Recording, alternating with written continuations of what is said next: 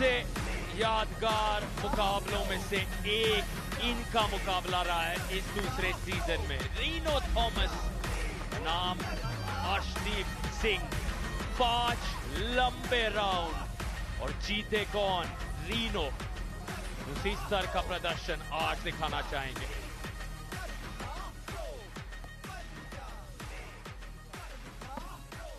इनके अगेंस्ट आ रहे हैं किराक हैदराबाद के power house, a 4-time national champion. Please welcome Siddharth Malakar. भारतीय आर्म रेसलिंग में एक लेजेंड है सिद्धार्थ मलाकर, लेकिन अगर मैं आपको बताऊं कि इस सीजन इनका रिकॉर्ड काफी खराब रहा है। 3 मैच अभी तक ये खेले हैं और तीनों में हार का सामना करना पड़ा है। ऐसे रिजल्ट के साथ तो ये बिल्कुल भी सेटिस्फाइड नहीं होंगे। वो जीत की भूख पहले से भी। बाइसेप्स, फोरआर्म्स और ग्रिप स्ट्रेंथ तीनों के मामले में बेहतर हैं सिद्धार्थ मलाकर, लेकिन प्रदर्शन का जिक्र प्रदीप ने अभी अभी किया है। अगर सुधार लाने का वक्त है इनके लिए तो वो आज ही के दिन है। फिर जो कुछ हुआ इससे पहले वो मायने नहीं रखता, क्योंकि सबसे बड़े मंच पर सेमीफाइनल के स्तर पर आप प्रदर्शन दिखाते हैं। लेकिन क्या ये मुमकिन होगा? फिलहाल हाथ फिसले हैं।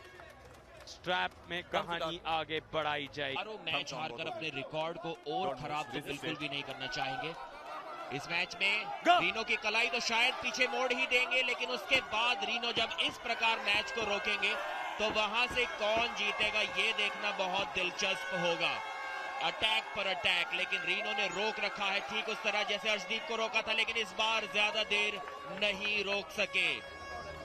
बहुत मुश्किल ये टेक्निक हो सकती है, खासकर सिद्धार्थ मलाकर जैसे खिलाड़ियों के खिलाफ। उनको लगता है यहाँ पर सिद्धार्थ ने एक एल्बो फाउल किया है,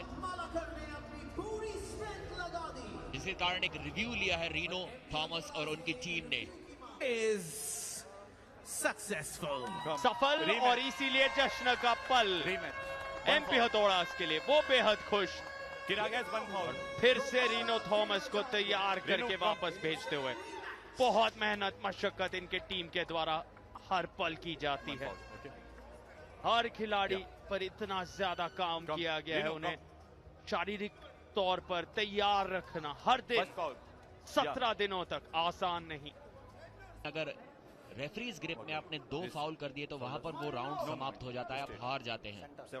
उसके बाद अगर फाउल्स हुए तो 3 फाउल्स पे आप वो राउंड हार जाते हैं।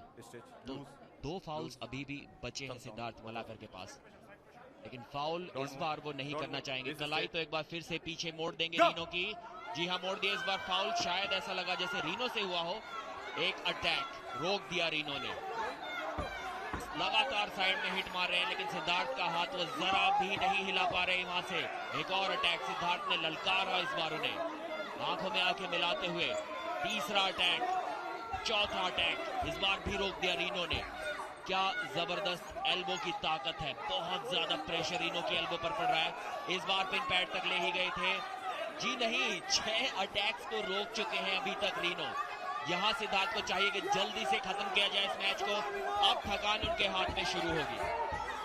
यहां से रीनो इस मैच को इंटरेस्टिंग बना सकते हैं। जो एनर्जी अभी तक लगा दी है सिद्धार्थ ने, उसको बचा कर रखना होगा।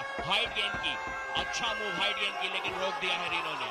अब यहां से होगी रीनो की वापसी।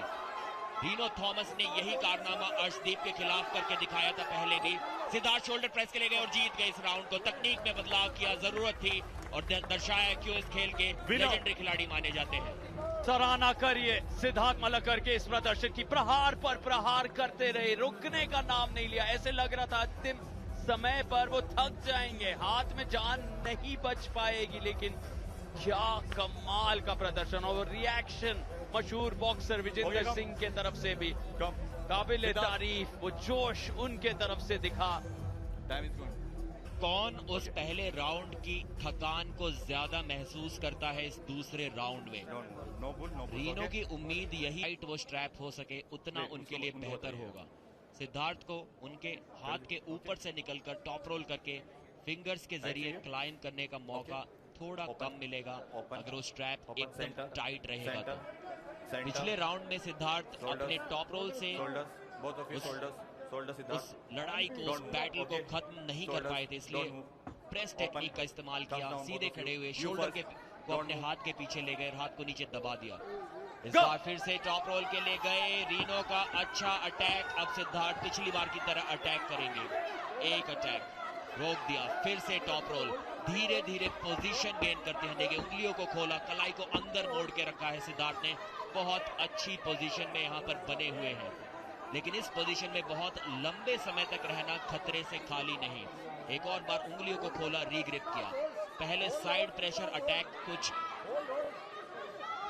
इस प्रकार मारने की कोशिश करेंगे, ऐसे अटैक मारा, उसके बाद उंगलियों को खोल के रीग्रिप, फिर साइड में अटैक मारेंगे, फिर उंगलियों को खोल के रीग्रिप। अपनी पोजीशन को बेहतर करने की कोशिश लगातार करते रहते हैं, लेकिन पोजीशन बेहतर इस बार कर रहे हैं रीनो भी।